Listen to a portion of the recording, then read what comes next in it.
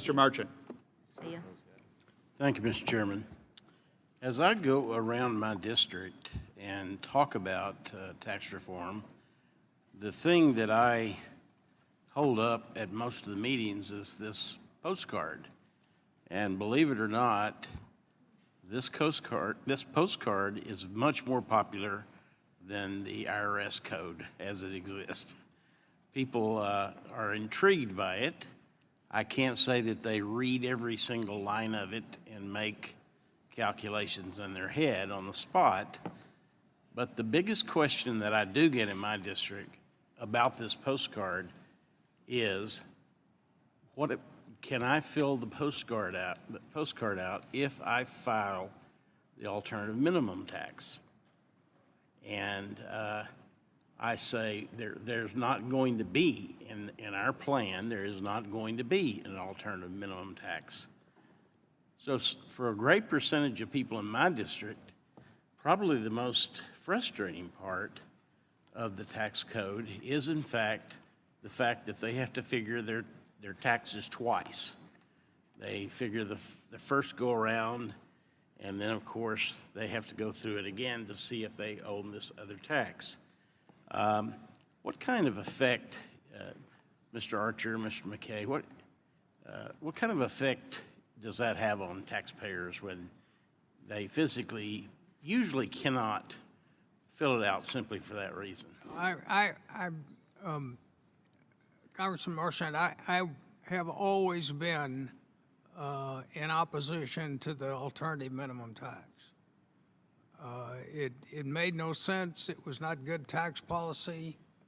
And in the end, had it continued to be in place without change, it would have generated more income tax revenue than the regular income tax.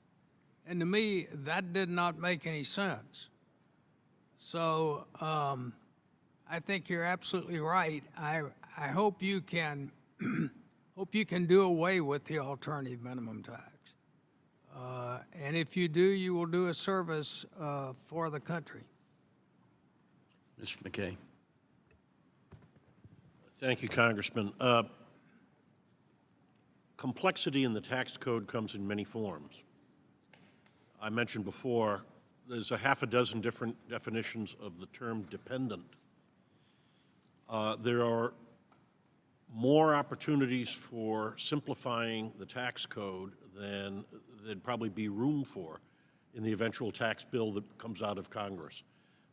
Whatever Congress decides about any particular provision, like the alternative minimum tax or any other provision,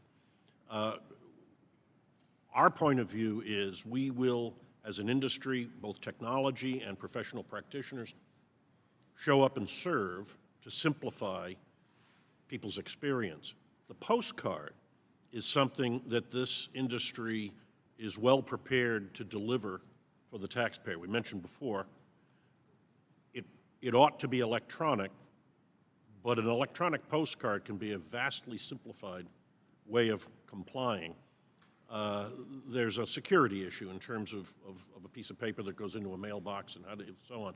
But it's actually a more interesting issue, and that is, I mentioned before, the '98 Act that led the way to converting the country to electronic filing. In the course of all that, IRS eliminated from its budget the overwhelming number of paper processing plants, the system of the old days of how paper returns were processed. But there was a huge advantage for the country in it.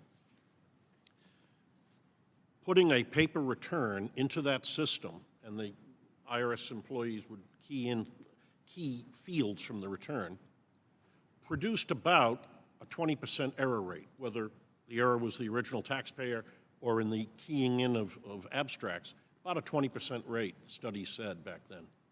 Moving to an electronic filing system, that dropped to a 1% to 2% rate of error. So there's real advantage in electronic implementation, but whatever the provisions of the code are that you all decide as our policymakers, the ability to simplify that, whether it's in an electronic postcard or any of the other tools that are available, including for simple returns. People can do it now on a phone with an app, and take a picture of a W-2 and very quickly have a return brought in. So the private sector will bring the tools of innovation to this so that this will have the vision, realize the vision that you on the committee and in the Congress choose as tax policy. Thank you, Mr. McKay.